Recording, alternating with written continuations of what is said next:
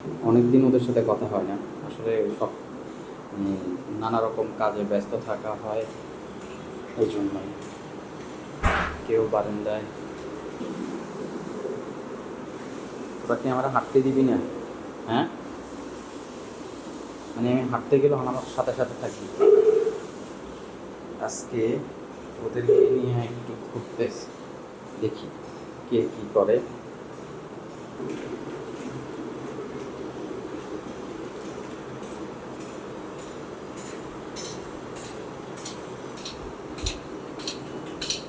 এবার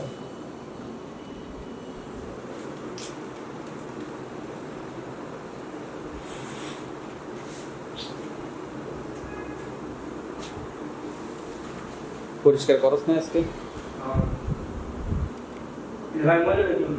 না,